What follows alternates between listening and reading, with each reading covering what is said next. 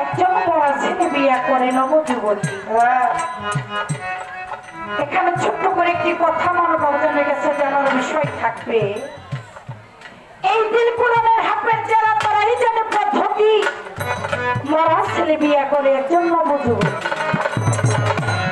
আচ্ছা রাজা, যে ব্যক্তি মরে যায় এটা তো তার জীবনের একটি শেষ বিয়ে নাকি? একটা মরা তো কখন একটা নবযুবতী বিয়ে করতে পারে। এমন দয়ালের কাছে জানার বিষয় যে এটা কোন মরা কোন নবযুবতী। যে একটা মরা ছেলের কাছে একটা নবযুবতী ওই কারণে সে বিয়ে বসলো। আর ওই মরা ছেলেটাই তাকে কেন বিয়ে করলো?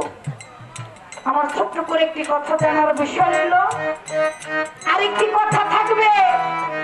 সেই সুন্দরী মরা স্বামী ঘরে গথুইয়া জীবন সেবন করতেছে পর পুরুষ লইয়া। ভিন পুরুষের মনোযোগের পরেও আমার আল্লাহ পাক তাকে চাইতে থেকে সত্যি রাখে।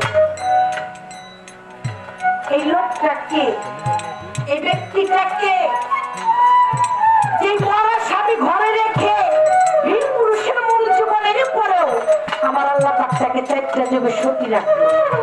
আপনার কাছে দুটি কথা আমার জানার বিষয় হলো, সুন্দর করে জবাব